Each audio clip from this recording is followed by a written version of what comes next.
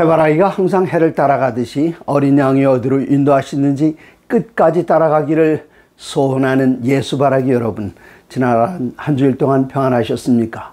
오늘은 마가복음을 통해서 예수님을 따라가면서 예수님의 생애와 교훈을 배우는 그 7번째 시간으로 제자들을 가르침이란 제목으로 말씀을 드리겠습니다. 이 부분은 1부와 2부로 나눠지는데 2부는 다음 주에 말씀을 드리겠고요. 오늘은 8장 뒷부분부터 10장까지인데 여기 이 섹션에는, 이 부분에는 재밌는 사실은 맹인을 고치는 이야기에서 맹인을 고치는 이야기로 끝나게 된다는 사실입니다. 8장 22절입니다. 마가복음 8장 22절, 벳세다의 이름에 사람들이 맹인 한 사람을 데리고 예수께 나와 손대시기를 구하거늘. 이 벳세다는 갈릴리 호수 동북쪽에 있는 곳으로 빌립과 베드로와 그의 형제 안드레가 태어난 고향입니다. 이곳에 예수님께서 오셨을 때에 사람들은 앞을 보지 못하는 사람을 한 분 모시고 왔습니다. 그리고 예수님께 손을 대시기를 고쳐달라고 부탁할 때에 예수님께서는 23절, 예수께서 맹인의 손을 붙잡으시고 마을 밖으로 데리고 나가사 눈에 침을 뱉으시고 그에게 안수하시고 무엇이 보이느냐 물으시니 쳐다보며 이르되 사람들이 보이나이다. 나무 같은 것들이 걸어가는 것을 보나이다 하거늘. 예수님께서는 사람들은 그곳을 피해서 이 사람을 붙들고 바깥으로 나가셨습니다. 여러분, 그 앞을 보지 못하는 분들을 안내하는 것 혹시 해보셨습니까? 이분들을 안내할 때는 그분들로 하여금 내 한쪽 팔에 팔짱을 끼게 하고 조금 앞에 가면서 안내를 합니다. 여기서 친절한 예수님의 모습이 보이지 않습니까? 예수님께서는 앞을 보지 못하는 이 형제에게 한쪽 팔을 내미시고 그로 하여금 여기를 붙들게 하시고 마을 밖으로 나가셔서 그의 눈에다가 침을 뱉으시고 안수하셨습니다. 침 뱉는 것 어떤 효과가 있는지 성경에서는 설명하지 않기 때문에 저는 그 해석을 하지 않겠습니다. 그리고 안수하시고 뭐가 보이느냐 물으셨더니 뭐 희미하게 뭐가 보이는 것 같고 나무 같은데 뭐 걸어가는 것처럼 보입니다. 그렇게 얘기를 할 때에 예수님께 또다시 하십니다. 이에 눈에 다시 안수하시며 그가 주목하여 보더니 나아서 모든 것을 밝히 보는지라. 예수께서 그 사람을 집으로 보내시며 이르시되 마을에는 들어가지 말라. 혹시 그 마을에서 또 사람들이 예수님에 대해서 엉뚱한 이야기를 하는 사람들이 있을지도 몰라서 마을을 들어가는 것은 피해서 가라, 그렇게 말씀하셨습니다. 예수님께서 이 환자를 고칠 때에 두 단계로 한 번 안수하신 것이 아니라 두 번씩이나, 왜 한 번에 하실 수 있는데 왜 두 번씩 하셨을까요? 이 사람의 믿음을 보기를 원하셨습니다. 이 사람이 자원해서 저를 고쳐주십시오 하는 것이 아니라 사람들이 그를 데리고 와서 반신반의하는 마음이 있었습니다. 그가 보기를 간절히 소원했을 것입니다. 그럴 때에 예수님께서 첫 번째 안수하실 때 희미하게 보이는 그 순간 더 간절한 믿음을 가지고 우리 주님께 매달렸을 것입니다. 그럴 때에 마침내 예수님께서는 그 눈을 밝히 보게 하셨고, 또 그렇습니다. 양창선이라는 분을 기억할지 모르겠는데 우리나라에서 제가 초등학교 다닐 때였던 것으로 기억이 되는데 광부였는데 이 광산이 매몰돼서 아주 여러 날 있다가 이분을 극적으로 구조했는데 70 이상 되신 분들은 양창선이라는 이름을 하도 유명해서 다 알아들으실 것입니다.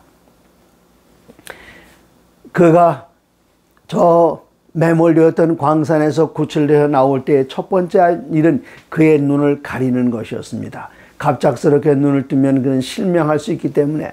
그래서 예수님께서는 이 사람을 단계적으로 고쳐주셔서 온전한 광명에 나오게 하셨습니다.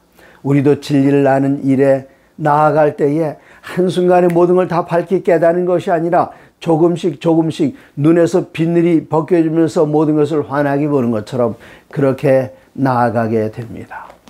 여기 마가복음은 10장도 똑같은 얘기로 끝납니다. 마가복음 10장 끝나는 부분에는 여리고에 이르셨을 때에 바디메오라고 하는 그 앞을 보지 못하는 소경을 고쳐주셨습니다. 예수님께서 이렇게 하시는 것은 우리 라오디게 시대에 살고 있는 우리들에게 큰 교훈을 던져주고 있습니다. 라오디게에 사는 사람들, 내가 본다 말하면 실상은 영적인 것을 구별하여 보지 못합니다.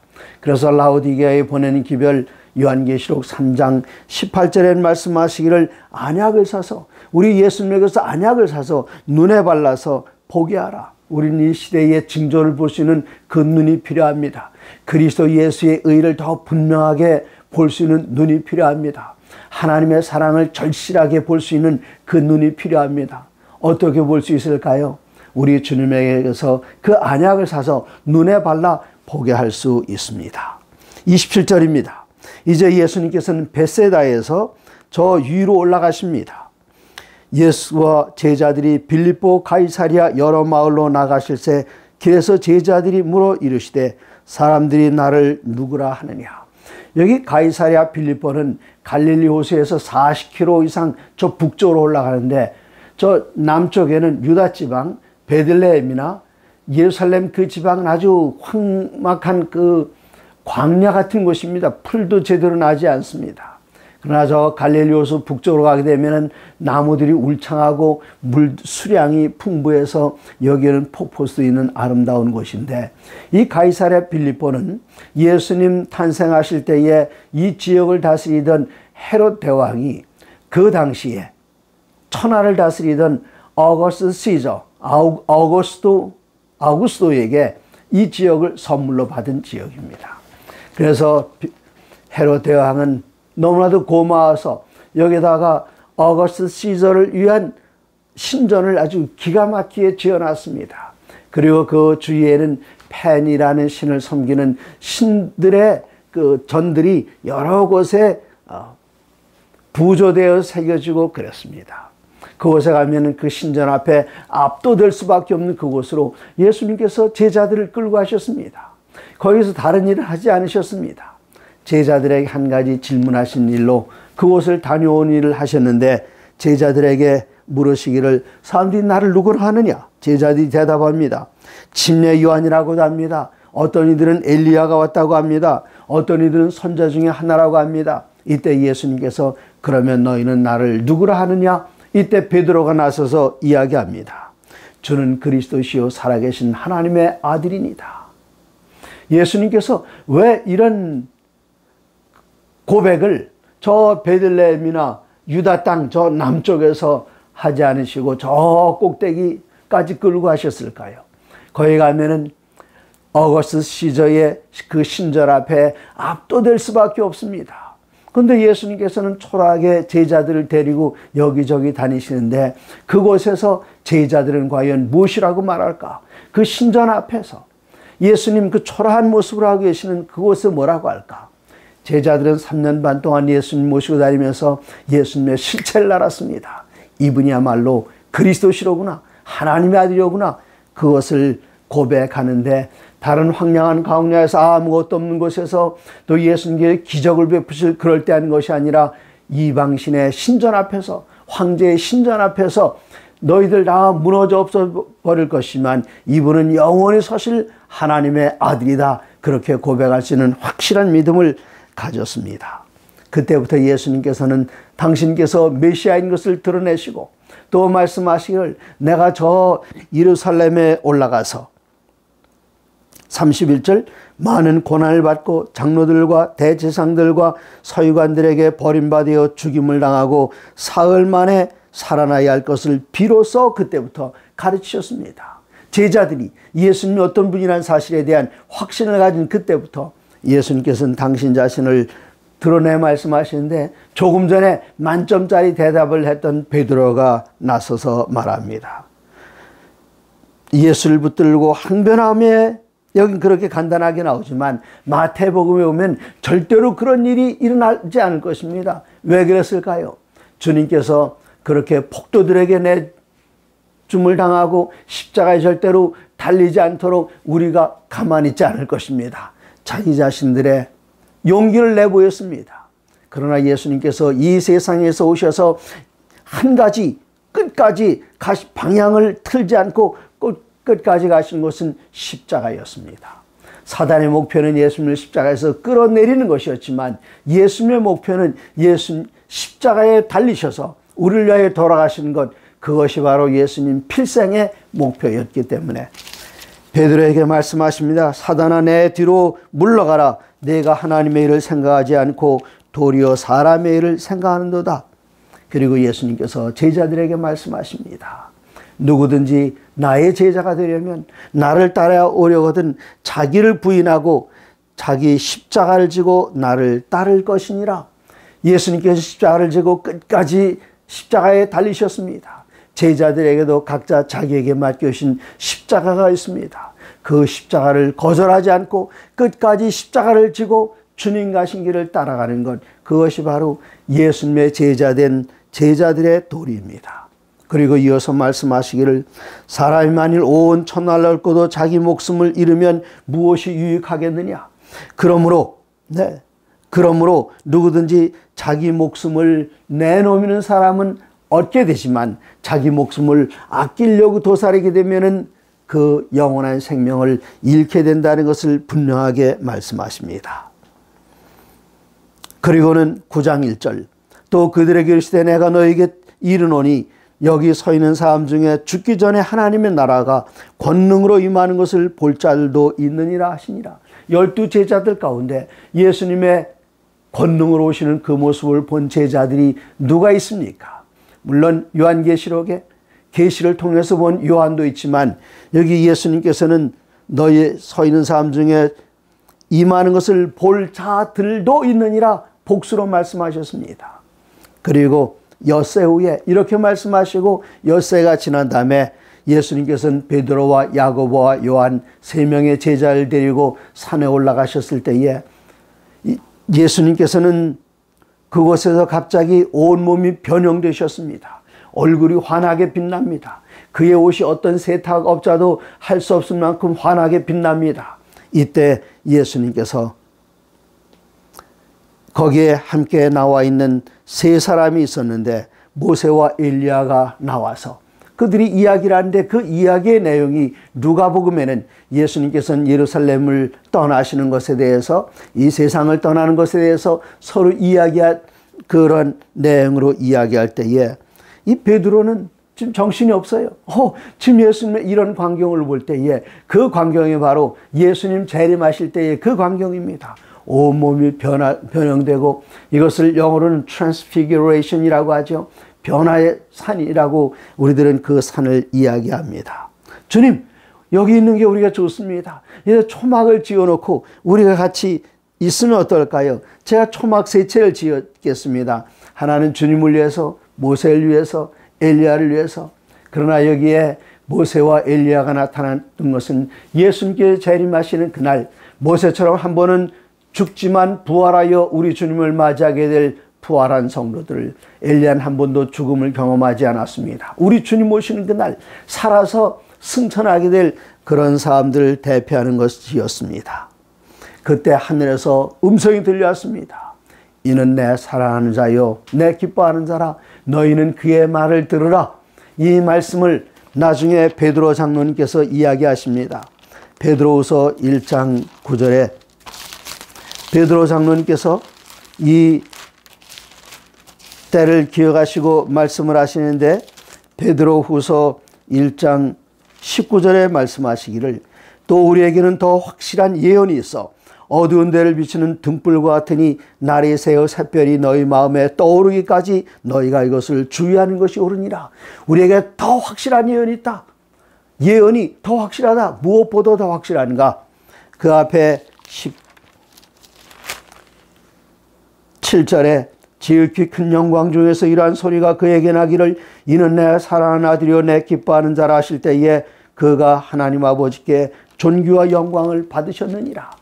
이것은 예수님께서 요단강에서 침례받으실 때의 사건이 아니라 예수님께서 변화산에 오르셨을 때에 하늘에서 하나님께서 말씀하신 것인데 18절 이 소리는 우리가 그와 함께 거룩한 산에 있을 때에 하늘로부터 난 것을 들은 것이라.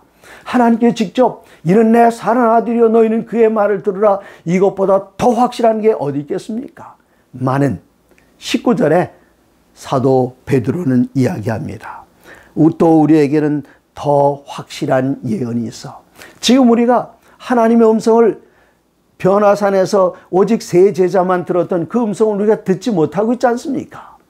그런데 이 마귀가 마지막 때에는 그런 이적을 베풉니다.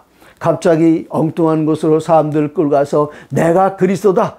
그리고 이상한 이적을 베풀 때에 많은 사람들이 택하신 자들도 미혹당해서 끌려갈 수밖에 없는 그때에, 이때 우리를 바르게 인도하는 것은 베드로 장로님께서 심지어 말씀하시기를 우리에게는 더 확실한, 하나님께 직접 하늘 열고 말씀하시는 것과 같은 그것보다 더 확실한 것이 기록된 하나님의 말씀입니다.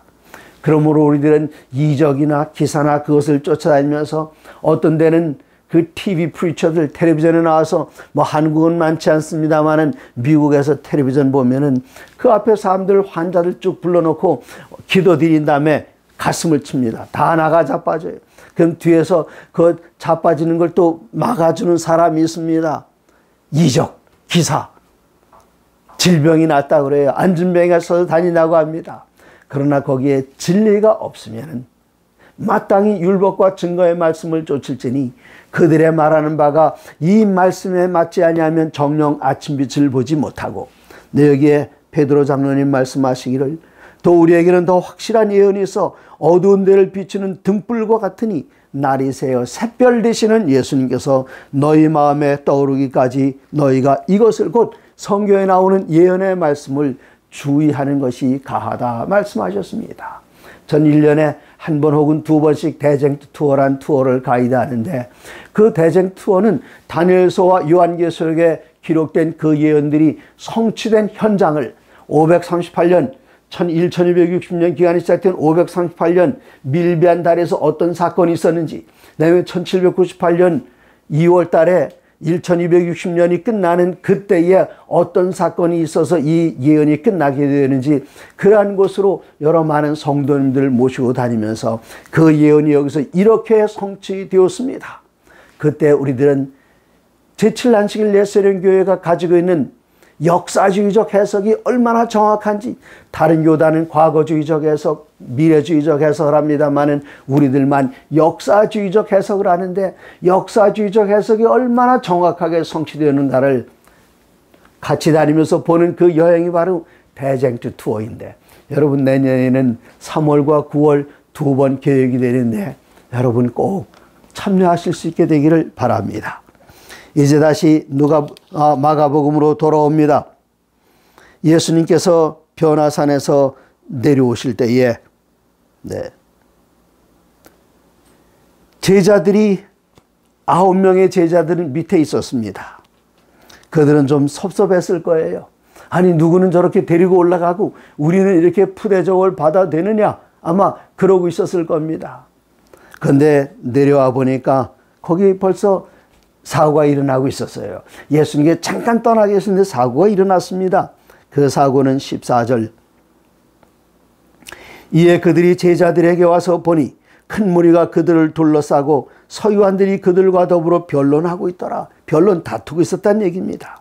곧 온 무리가 예수를 보고 매우 놀라며 달려와 문안하거늘 예수께서 물으시되 너희가 무엇을 그들과 변론하느냐. 무리 중에 하나가 대답하되 선생님, 말 못하는 귀신 들린 내 아들을 선생님께 데려왔나이다. 귀신이 어디서든지 그를 잡으면 거꾸로죠, 거품을 흘리며 이를 갈며 그리고 파리해지는지라 내가 선생님의 제자들에게 내쫓아달라 했으나 그들이 능히 하지 못하더이다. 네, 대답하여 이르시되 믿음이 없는 세대여, 내가 얼마나 너희와 함께 있으며 얼마나 너에게 참으리요. 그를 내게 데려오라. 누구에게 한 말입니까? 그 9명의 제자들. 9명의 제자들이 귀신 내쫓을 수 있었을까요? 있었습니다. 그렇게 하지 않았었습니까? 예수님의 제자들을 내보냈을 때에 그들이 돌아와서 보고합니다. 우리가 주의 이름으로 귀신을 내쫓을 때 그들이 순종했습니다. 우리가 환자에게 손을 얹을 때 그들이 낫습니다.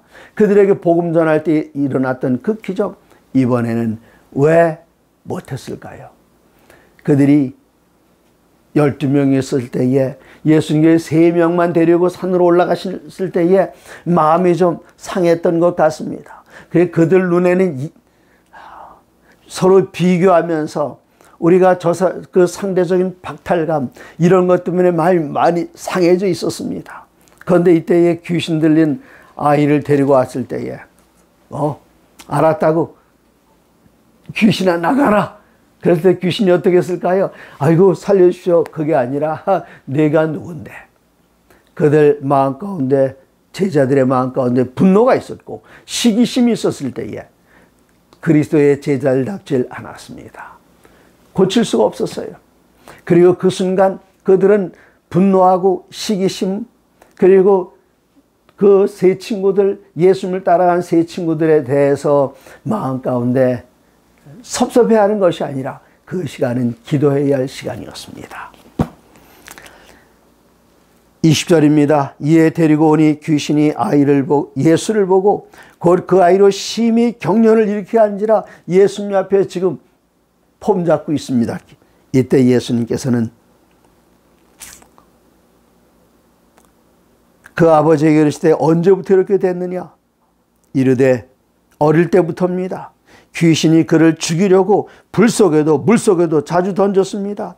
그러나 무엇을 하실 수 있거든 우리를 불쌍히 여기사 도와주옵소서. 좀 뭐 좀 해보실 수 있겠습니까? 우리 애 좀 살리실 수 있겠습니까? 이때 예수님의 대답을 여러분 꼭 기억하시고 여러분 마음 가운데 잊지 마시기 바랍니다.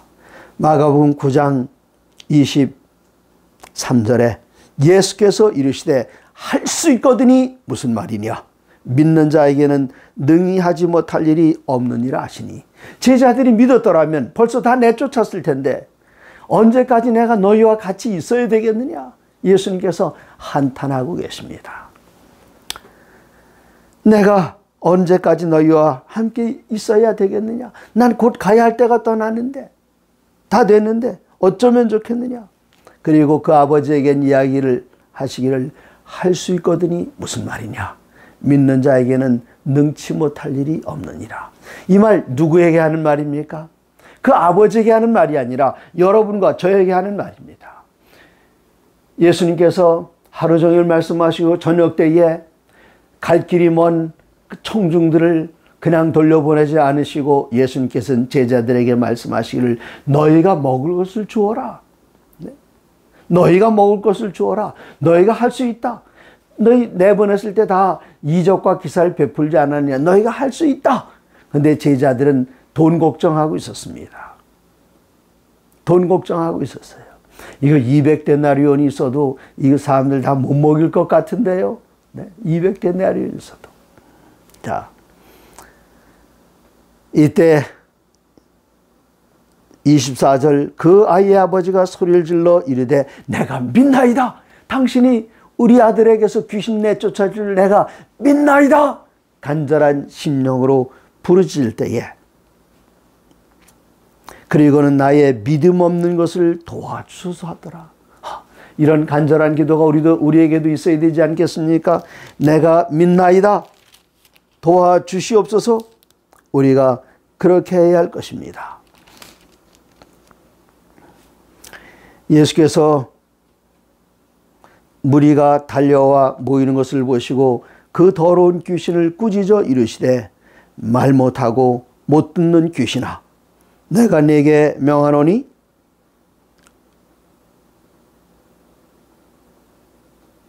말 못하는 귀신에게 내가 네게 명하노니 그 아이에게서 나오고 다시는 들어가지 말라 하시매 귀신이 소리 지르며 아이로 심히 경련을 일으키게 하고 나가니 그 아이가 죽은 것 같이 되어 많은 사람이 말하기를 죽었다. 예수께서 그 손을 잡아 일으키시니 이에 일어서느니라. 집에 들어가심에 제자들이 조용히 예수님께 여쭤봤습니다. 아니 우린 이거 왜 안 되는 거지요? 이때 대답에 귀를 기울여 보시기 바랍니다. 여러분과 저에게 하시는 말씀입니다. 예수님께서 말씀하시기를 29절 마가복음 9장 29절 이르시되 기도 외에 다른 것으로는 이런 종류가 나갈 수 없느니라 하시니라. 예수님께서는 기도하셨습니다. 제자들이 잘 때 기도하셨습니다. 밤에 기도하셨습니다. 때로는 새벽에 일찍 일어나서 기도하셨습니다. 사람들이 그를 왕으로 추대하려고 할 때에 그때 예수님께서는 조용히 빠져나와 기도하셨습니다. 예수님은 기도의 사람, 항상 의지하는 사람. 그래서 예수님께서는 요한복음 15장 1절에 말씀하시기를 나는 포도나무요 아버지는 농부라 말씀하셨습니다. 포도나무는 한순간도 혼자 설 수 없습니다. 누군가 기대야 됩니다. 예수님께서 이 세상에 계실 때에 매 순간마다 아버지 하나님께 기대신 분이셨습니다. 그게 예수님의 승리의 비결이었고 예수님께서 기적을 베푸셨던 비결이었고 예수님께서 사단 앞에서 한 번도 패배하지 않으시고 승리하시면서 제자들을 인도하셨던 그 비결이 바로 매 순간마다 하늘과 밀접하게 연결되어서 기도하시던 분. 그래서 제자들에게 말씀하시기를 이런 귀신 나가는 것, 이것은 기도 외에는 다른 방법이 없다. 그렇게 말씀하셨습니다. 이제 또 부지런히 예수님께서는 움직이십니다. 30절 그곳을 떠나 갈릴리 가운데로 지날새 예수께서 아무에게도 알리고자 아니하시고 조용히 가셨습니다. 왜? 이젠 예수님께서 메시아라는 사실을 제자들에게 나타나셨기 때문에 그 말이 새 나가면은 예수님께 더 커다란 어려움을 받으시기 때문에 이는 제자들을 가르치며 또 인자가 사람들의 손에 넘겨져 죽임을 당하고 죽은 지 사흘 만에 살아나리라는 것을 말씀하셨기 때문이더라.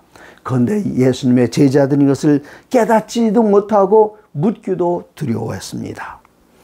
그리고 이제 33절 가버나움에 이르셨을 때에 제자들에게 예수님께 물으셨습니다.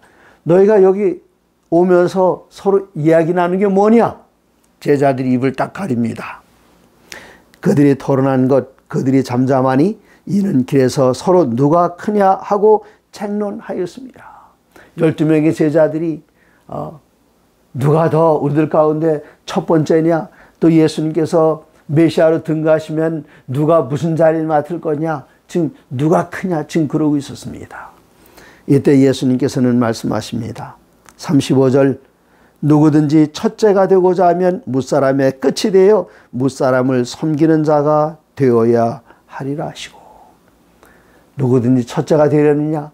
하늘나라의 첫째는 누구인가 하면은 섬김을 받는 자가 아니라 섬기는 자라 그렇게 말씀하십니다. 그 사람이 바로 첫째 되는 사람입니다. 여러분 섬기시기 바랍니다. 더 낮은 곳에 섬기시기 바랍니다. 혹시 여기 목회자의 가족이 있습니까? 목회자들은 누구의 종입니까? 하나님의 종 틀림없습니다. 맞습니다. 그러나 예수님께서는 이 땅에 우리를 섬기는 종으로 오셨습니다. 마가복음이란 그 책 전체가 예수님을 표현할 때에 종으로 오신 예수님. 물론 예수님은 하나님의 종이십니다. 그러나 예수님께서는 우리 인류의 종이 되셨습니다. 그러므로 여러분 하나님의 종이 되기 전에 먼저 사람의 종이 되어서 섬기시기 바랍니다.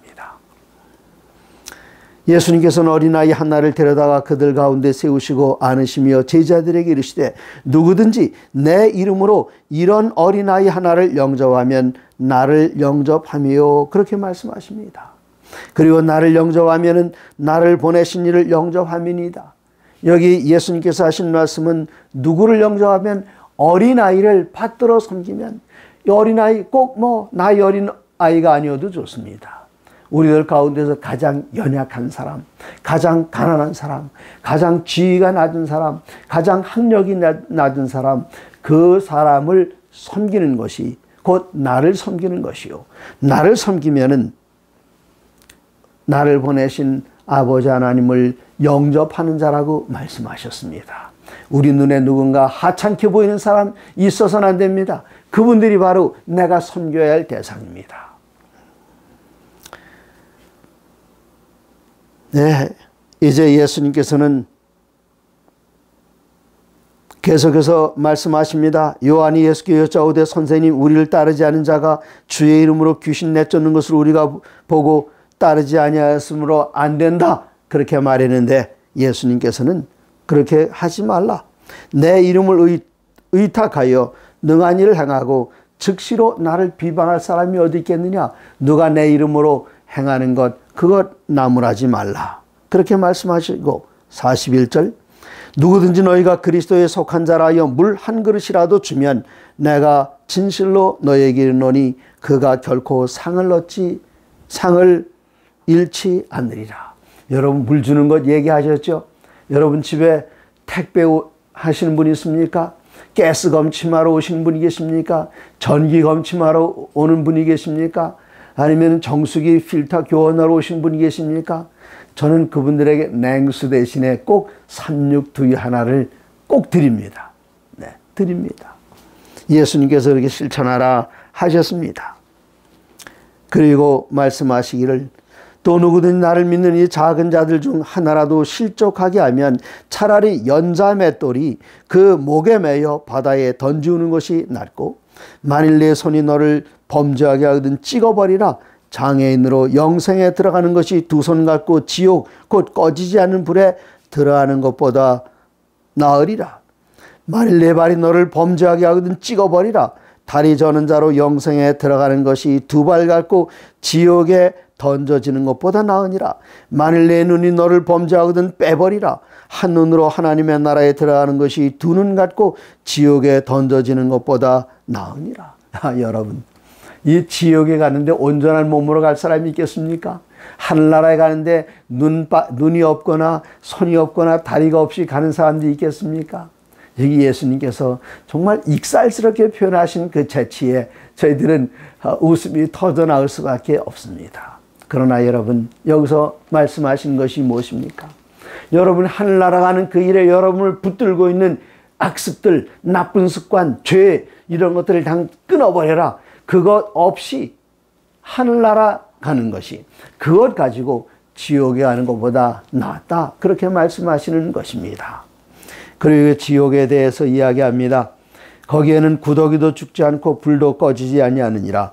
사람마다 그런 것 구더기도 죽지 않고 불도 꺼지지 않고 언제까지 그럴까요? 그 악한 모든 죄들을 다 불태울 때까지 그럴 것입니다.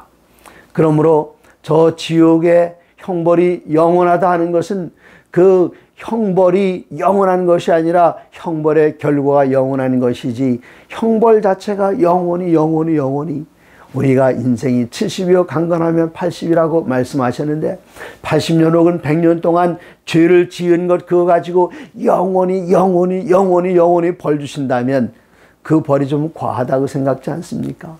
그러나 여기 기쁜 소식이 있습니다. 우리들이 7, 80년 동안 죄를 짓고 사는 사람이라 할지라도 주님 믿습니다. 당신을 의지합니다. 그렇게 하면 그 짧은 한순간의 그 믿음으로 하나님 붙든 것, 우리 주님의 사랑을 붙든 것, 그것을 가지고 우리들에게 영원한 생명을 주시니 얼마나 감사한 일입니까? 사랑하는 성도 여러분, 사랑하는 예수 바라기 여러분, 하나님의 말씀에 기록된 대로 하나님의 모든 말씀으로 사시기 바랍니다. 감사합니다.